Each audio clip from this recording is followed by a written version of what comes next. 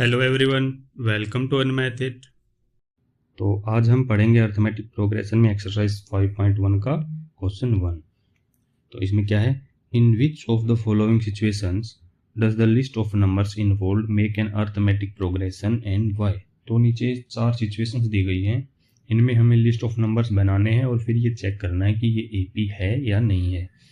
तो वैसे कब बनती है हमारी जो लिस्ट ऑफ नंबर्स है, हमारे पास मान लो कोई भी लिस्ट ऑफ नंबर्स है, तो वो एपी कब बनेगी, कब कहेंगे कि वो एपी है, जब कॉन्जुगेटिव टर्म्स के जो बीच का डिफरेंस है वो क्या हो, कांस्टेंट हो, तब हम बोलेंगे कि वो एपी है। जैसे हमने पीछे इसकी जनरल फॉर्म पढ़ी थी A1 A2 A3 A4 A5, तो उसमें हम टर्म्स लिखते थे। तो हमारा जो डिफरेंस होता था, जैसे A2 माइनस A1 को हमने बोल दिया D1, ऐसे ही D2 D3 D4। तो अगर ये सारे बराबर हैं, कांस्टेंट हैं, मतलब डी कांस्टेंट है, तो हम इसको एपी बोलेंगे। तो इसी बेसिस पे हमें ये चारों पार्ट्स करने हैं, ठीक है। तो पहले पार्ट पे आते हैं। तो पहला पार्ट क्या है, ये कह रहे हैं the taxi fare after each kilometre when the fair is 15 rupees for the first kilometre and 8 rupees for each additional kilometre. तो इसमें लिस्ट ऑफ नंबर्स किसका बनाना है, लिस्ट ऑफ नंबर्स बनाना है इसका, मतलब the taxi fare after each kilometre. और condition दी हुई है कि पहले किलोमीटर के 15 रुपए है और आगे हर एक किलोमीटर के 8 रुपए हैं। तो इसकी हमें लिस्ट ऑफ नंबर्स बनानी है पहले। तो देख लेते हैं पहले, taxi fare for first kilometre कितना दिया हुआ है, 15 रुपए दिया हुआ है। ऐसे ही टैक्सी फेयर फॉर 2 किलोमीटर्स कितना हो जाएगा, एक पहले का और एडिशनल 8, तो 23 रुपीज। ऐसे ही टैक्सी फेयर फॉर 3 किलोमीटर्स कितना हो गया, 23 में 8 और जोड़ दो एडिशनल थर्ड किलोमीटर के, तो 31 रुपीज। ऐसे ही हम निकालेंगे 4 किलोमीटर्स के लिए, वो आ गई आपकी 31 प्लस 8 कितना हो गया, 39 रुपीज। ऐसे ही हम 5 किलोमीटर्स के लिए निकाल लेंगे, वो कितना हो गया, 39 प्लस 8 कितना हो गया, 47 रुपीज। ठीक है, A5 तक बहुत है। तो इसने बोला कि हमारी जो लिस्ट ऑफ नंबर है वो किससे बनेगी, taxi fare after each kilometre. तो फर्स्ट किलोमीटर का कितना है, वो बोलेंगे फर्स्ट टर्म A1, ये A2 हो गई हमारी, ये A3। आफ्टर फोर्थ किलोमीटर कितना है, इसको A4 बोल लेंगे और इसको बोल लेंगे A5। ठीक है, आफ्टर ईच किलोमीटर में टैक्सी फेयर लिखना है, उसको लिस्ट ऑफ नंबर्स लिखना है। तो A1 A2 A3 अगर वैसे लिखें, A1 A2 A3 A4 and A5, ठीक है। तो कितना आ गया, 15 23 31 39 एंड 47, ठीक है, ऐसे ही आगे आएगा। तो इनके बीच का डिफरेंस कितना है, 23 माइनस 15 8, 31 माइनस 23 8, 39 माइनस 31 8, 47 माइनस 39 8। तो ये डी आ गया हमारा 8। तो ये कांस्टेंट है, इसका मतलब क्या हुआ कि ये जो पहला पार्ट है वो हमारा एपी है, ठीक है। इससे प्रूव हो गया क्योंकि डी कांस्टेंट आ गया। अब हम कर लेते हैं सेकंड पार्ट। सेकंड पार्ट में क्या है, the amount of air present in a cylinder when A vacuum pump removes 1/4 of the air remaining in the cylinder eight A time. मतलब क्या है कि एक सिलेंडर है, उसमें कुछ हवा भरी हुई है, उसमें से वैक्यूम पंप हवा निकाल रहा है एक एक करके, 1/4 जितनी अवेलेबल थी उसकी 1/4 पार्ट। तो जो बच गई हवा उसमें, उसकी हमें लिस्ट ऑफ नंबर्स बनानी है और ये चेक करना है, मतलब amount of air present in a cylinder, इसकी हमें लिस्ट ऑफ नंबर्स बनानी है और फिर चेक करना है एपी है कि नहीं है। बट पहले अगर हम देखें, वैसे अगर आपका कोई भी सिलेंडर है, मान लो किसी भी वॉल्यूम, मान लो 64 लीटर का है, उसमें हवा है, अमाउंट ऑफ एयर प्रेजेंट है, अगर आप वैक्यूम पंप से उसमें से हवा निकालते हैं, ठीक है, तो उसमें जो हवा बचेगी वो कितनी बचेगी, आप वैक्यूम पंप से हवा निकाल रहे हैं तो कितनी बचेगी, उतनी ही हवा बचेगी, हवा कम नहीं होगी आपकी एक्चुअल में। अगर मान लो पहले 10 बार प्रेशर था तो प्रेशर हो सकता है कि आपका कम हो गया हो, 8 बार रह गया हो वैक्यूम पंप के निकालने के बाद, बट जो वॉल्यूम है वो 64 लीटर ही रहेगी। ठीक है, क्योंकि आपने पढ़ा होगा साइंस में कि गैस जो होती है वो वेसल की फॉर्म ले लेती है, जितने लीटर का है उतने ही लीटर की हवा फैल जाती है उतने लीटर में ही। बट हम इस क्वेश्चन को यहाँ मैथमेटिक्स के तरीके से करेंगे। तो the amount of air present in a cylinder, तो सबसे पहले हम मान लेते हैं दी नहीं हुई है इन्होंने, ठीक है। सो लेट अस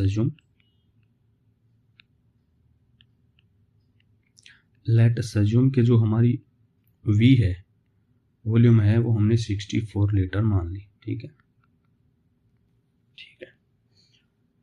तो उसके बाद पहली बार जो वैक्यूम पंप हवा निकालेगा तो हम देख लेते हैं कितने निकालेगा। तो vacuum pump removes air after first cycle, वो कितना हो गया, वो निकालेगा कितनी, 1/4 ऑफ अवेलेबल कितनी है, 64। तो 64 का फोर्थ पार्ट, तो 64 डिवाइड बाई 4 कितना हो गया, 16। तो 16 लीटर उसने निकाल दी।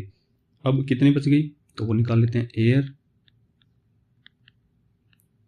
अवेलेबल कितनी बच गई, 64 थी, उसमें से 16 निकाल दी तो कितनी बच गई, 48 लीटर्स। उसके बाद सेकंड टाइम जब निकालेगा वैक्यूम पंप, तो वैक्यूम पंप कितने निकालेगा वो देख लेते हैं सेकंड टाइम में। तो vacuum pump removes air after second cycle, तो 1/4 निकालता है हर बार, तो कितनी बची हुई थी, 48 बची हुई थी। तो कितनी बच गई, 48 डिवाइड बाई 4, 12 लीटर। तो अब एयर अवेलेबल कितनी हो गई, तो एयर अवेलेबल कितनी आ गई, 48 थी, उसमें से 12 वैक्यूम पंप ने निकाल दी, तो 36 लीटर। तो हम आपको लिस्ट ऑफ नंबर्स किससे बनानी है, अमाउंट ऑफ एयर जो अवेलेबल है सिलेंडर में। तो पहले कितनी थी, 64 थी, तो 64 ये A1 हो गई हमारी। उसके बाद 16 निकाल दी तो कितनी बच गई, 48, तो ये हमारी A2 हो गई। उसके बाद 12 निकाल दी तो कितनी, 36 बच गई आफ्टर सेकंड साइकिल, तो वो आपकी A3 हो गई। तो A1 A2 A3 आपके आगे। D क्या होगा, तो एक बार चेक कर लेते हैं आगे सोल्व करने से पहले आपका D कॉन्स्टेंट है कि नहीं है। तो D आपका शुरू में होगा A2 माइनस A1, ठीक है, और D1 मान लेते हैं क्योंकि हो सकता है बराबर ना हो। तो D1 is equal to A2 minus A1। D1 कितना आ गया, A2 कितना है 48 और A1 कितना है 64। तो 48 माइनस 64 कितना हो गया, माइनस के 16। ठीक है, आपका D1 इतना आ गया। अब एक बार D2 निकाल लेते हैं। D2 कितना हो गया आपका, A3 माइनस A2 आएगा। तो A3 कितना है आपका, A3 है 36 और A2 कितना है आपका 48। तो 36 माइनस 48 कितना हो गया, 12 लीटर। तो ये आपका D2 हो गया, ये आपका D1 हो गया, जो कि बराबर है नहीं, माइनस के 12 सॉरी, तो -12। तो -12 आ गया आपका D2 और -16 आ गया D1, तो आपके बराबर नहीं है D1 D2। तो इसका मतलब D जो है वो कांस्टेंट नहीं आया। इसका मतलब जो लिस्ट ऑफ नंबर है वो AP नहीं है। ठीक है, इसको आप V मान के भी कर सकते हैं। वो कैसे करेंगे, अब हम इस पार्ट को V मान के कर लेते हैं। ठीक है, सो लेट के जो वॉल्यूम थी स्टार्टिंग में सिलेंडर में वो V लीटर्स है। ठीक है, ठीक है। अब after first cycle vacuum pump removes air, कितनी एयर निकालेगा, 1/4, कितने की, जो अवेलेबल थी उसका 1/4, तो कितना हो गया, V/4 लीटर हो गया। ठीक है, उसके बाद एयर जो अवेलेबल रही वो कितनी रही, वो V में से V/4 माइनस कर दो, तो इतनी बच गई, वो कितना आ गई, 3V/4 लीटर बच गई। ठीक है, एलसीएम लेके 4 का। अब सेकंड साइकिल के बाद देख लेते हैं। तो वैक्यूम पंप रिमूव्स एयर, कितनी होगी, 1/4 ऑफ 3V/4, तो इसका 1/4 पार्ट निकाल देगा, तो कितनी होगी, 3V/16 लीटर। अब एयर अवेलेबल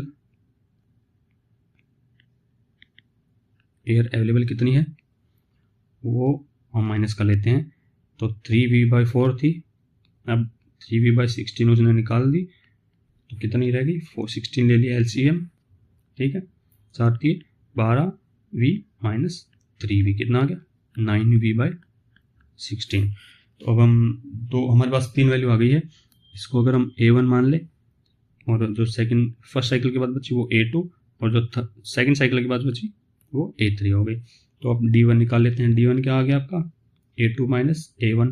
A2 कितना है आपका 3V/4 माइनस A1 कितना है आपका V। तो इसको माइनस करेंगे तो 4 आपका एल्शियम और 3V माइनस 4V कितना आ गया माइनस V/4। ठीक है, ठीक है। तो आपका आप D2 निकाल लेते हैं। D2 कितना आ गया A3 माइनस A2। A3 कितना है आपका A3 आपका 9V/16 माइनस में आप A2 कर लीजिए। A2 कितना है आपका 3V/4। तो 16 ले लिया एलसीएम, तो इधर आ गया 9V और माइनस 4 दिए 12V, तो माइनस 3V/16। मतलब ये आपका D1 था अगर नेगेटिव साइन लगा दें तो, ठीक है।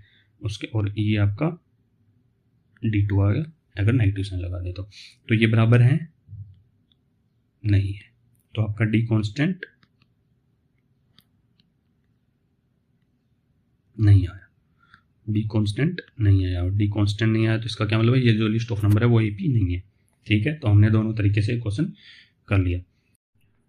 सो थर्ड पार्ट में क्या है, the cost of digging a well after every metre of digging when it costs 150 rupees for the first meter and rises by 50 rupees for each subsequent meter।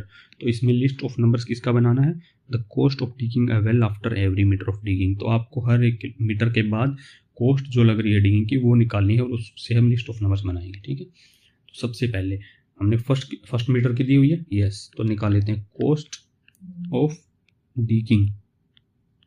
Cost of digging for 1 metre. ठीक है, 1 metre कितनी दी हुई है 150 rupees दी हुई है पहले metre की। फिर ऐसे ही cost of digging for 2 metres कितनी दी हुई है, 2 मीटर कितनी लगेगी 150 एक मीटर की और एडिशनल 50 रुपीज़ दिए हुए हैं ईच किलोमीटर के, तो 200 रुपीज़ ये हो गए ईच मीटर के। तो उसके बाद cost of digging for 3 metres, 3 metres के कितने होंगे 200 प्लस 50 थर्ड मीटर के, तो 250 रुपीज़ हो गया। ठीक है, उसके बाद cost of digging for 4 metres, ऐसे ही वो आपका 300 आ जाएगा, 50 अगर ऐड कर देंगे तो। ऐसे ही cost of digging for 5 metres, 5 metres कितना आ जाएगा 50 ऐड कर देंगे तो 350 रुपीज़ 300 में। तो उसके बाद ये आपका A1 हो गया, ये आपका A2 हो गया, ये आपका A3 हो गया, A4 हो गया, A5 हो गया, क्योंकि आफ्टर ईच मीटर हमने निकाल दी।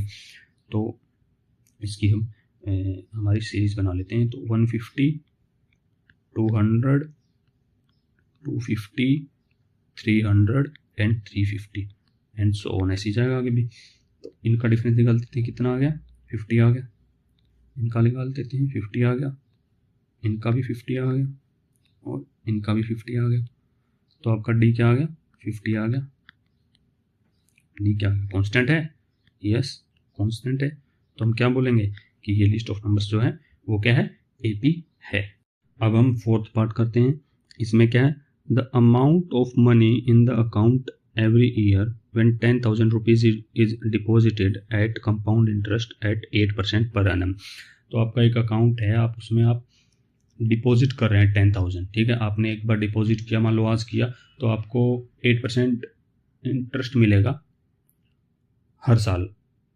तो आपका हर साल पैसे बढ़ते जाएंगे। तो जो हर साल पैसे बढ़ेंगे उसको निकालेंगे और उसकी लिस्ट ऑफ नंबर्स बनाएंगे और चेक करेंगे वो AP है कि नहीं है।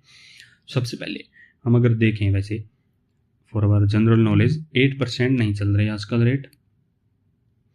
जो आजकल के रेट है अगर हम इंटरनेट पे चेक करें तो वो कितने हैं, आपको 3%, 4%, 5% ऐसे मिलेंगे एवरेज। आप अगर देख सकते हैं स्क्रीन पे 2.7, 3%, 3.5, 4%, 5%, कहीं कहीं 7 मिल रहे हैं, 6 मिल रहे हैं, बट 3 और 4% एवरेज है। बट अगर वहीं आप महंगाई चेक करें, इन्फ्लेशन रेट चेक करें हमारा, तो वो कितना है 4.7%, 4.75% चल रहा है अभी मई 24 में। और हमारा जो फूड इन्फ्लेशन रेट है वो 8% से ज़्यादा है।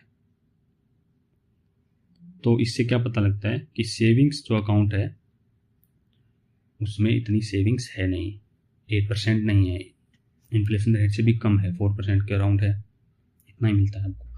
नॉर्मली, तो इसलिए लोग आजकल शेयर मार्केट में जा रहे हैं, म्यूचुअल फंड में लगा रहे हैं, जो कि काफ़ी रिस्की है। तो अब हम क्वेश्चन करते हैं।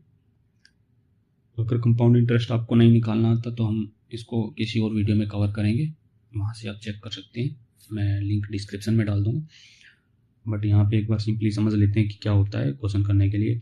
ऐसे ही 2 टाइप के होते हैं, सिंपल इंटरेस्ट और कंपाउंड इंटरेस्ट। सिंपल इंटरेस्ट के तरीके से करेंगे इस क्वेश्चन को, ठीक है। तो अगर मान लो पी अमाउंट है, वैसे मान लेते हैं पी अमाउंट हमने डिपॉजिट किए बैंक में, तो 1 साल बाद तो हमने ये जमा किए टुडे, ठीक है, टुडे हमें डिपॉजिट किए बैंक में पी रुपीज़।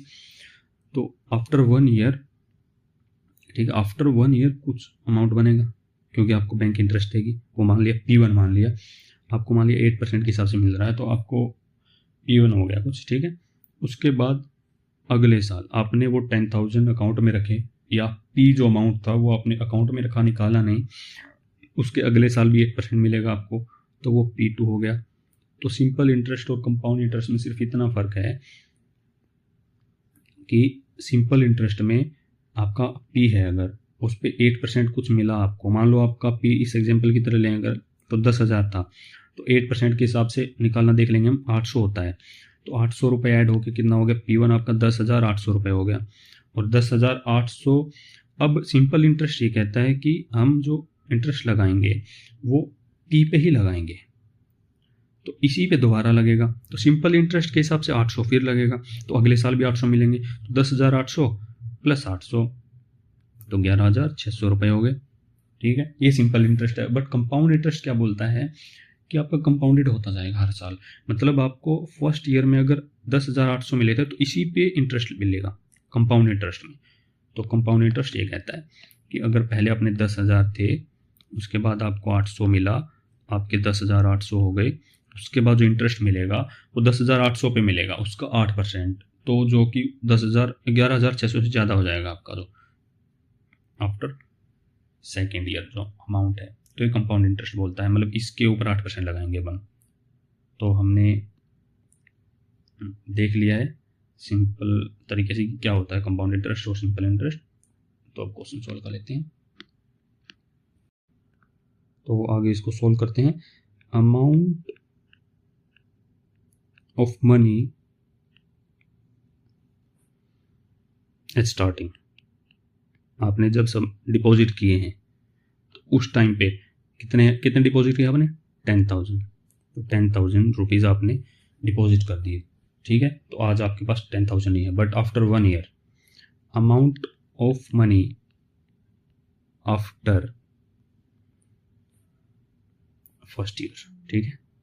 तो फर्स्ट ईयर के बाद जब आपका फर्स्ट ईयर कंप्लीट हो जाएगा तो आपका कितना बनेगा, तो वो निकाल लेते हैं हम। तो वो होता है पहले आप इंटरेस्ट निकाल लेते हैं, ठीक है। तो इंटरेस्ट कितना मिलेगा आपको, तो इंटरेस्ट जो मिलेगा आपको वो होता है, मान लो PRT फॉर्मूला होता है सिंपल इंटरेस्ट का, इसको सिंपल इंटरेस्ट के तरीके से सोल्व करेंगे, ठीक है, वो आसान है। तो कितना आता, P होता है प्रिंसिपल अमाउंट, प्रिंसिपल अमाउंट जो आपने डिपॉजिट किया, कितना डिपॉजिट किया है, 10,000, ठीक है। रेट कितना है, 8% के हिसाब से मिल रहा है, तो यहाँ परसेंटेज लिखते हैं, ठीक है। टाइम इन ईयर्स, तो वो 1 साल के बाद निकाल रहे हैं, तो डिवाइड बाई 100, ठीक है। ये 2 जीरो काट दी तो 800 रुपीज़ आ गया, ठीक है। तो ये इंटरेस्ट आया है, बट अमाउंट जो अवेलेबल रहेगा अकाउंट में वो 10,000 प्लस 800 आपका एक्स्ट्रा मिला है, तो आपका कितना बचेगा, 10,800 रुपये, ठीक है, आफ्टर फर्स्ट ईयर। तो ये आपका A1 हो गया, ठीक है। ये आपका A2 मान सकते हैं।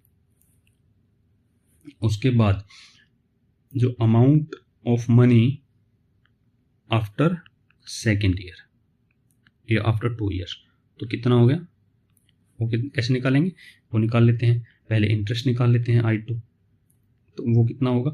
अब जो प्रिंसिपल अमाउंट है कंपाउंड इंटरेस्ट में वो इसके ऊपर लगेगा, क्योंकि ये अवेलेबल है, तो कंपाउंड इंटरेस्ट ये बोलता है। तो प्रिंसिपल अमाउंट इसको मानेंगे 10,800 इंटू में 8 इंटू में 1, नेक्स्ट ईयर का निकाल रहे हैं, 1 साल का निकाल रहे हैं, उसके बाद डिवाइड बाई 100, तो सेकेंड ईयर का, तो सेकेंड ईयर का कितना हो गया, इससे मल्टीप्लाई हो गया, तो 8 और 64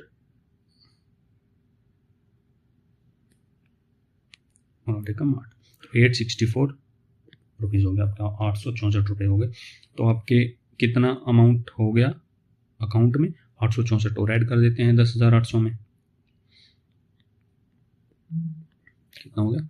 46611। तो ये हो गया आपका 11664। ठीक है, तो एक बार चेक कर लेते हैं। A1 A2 A3 आ गया अपने पास आगे सॉल्व करने से पहले। तो आपका जो D1 है वो क्या आएगा? A2 minus A1। A2 कितना है आपका? 10,800 माइनस में A1 कितना है आपका? 10,000, कितना हो गया? 800। ठीक है, तो जो इंटरेस्ट है वही आपका D1 आ गया। ठीक है, D1 हो गया आपका। उसके बाद D2 निकालते हैं। D2 कितना आ गया? A3 माइनस A2 होता है। A3 कितना है आपका? 11,664 माइनस में कितना करेंगे? 10,800। A2 जो आपका है, तो कितना बचेगा? जो इंटरेस्ट आया था वही बचेगा। इंटरेस्ट कितना आया था आपका? 864। तो 864 क्या ये बराबर है D1 और D2? नहीं है बराबर। तो D हमारा कांस्टेंट नहीं आया, इसका क्या मतलब है? ये AP नहीं है। तो कंपाउंड इंटरेस्ट जो होता है वो AP नहीं होती है। ठीक है, तो आज हम इतना ही कवर करेंगे। नेक्स्ट वीडियो में हम नेक्स्ट क्वेश्चन करेंगे।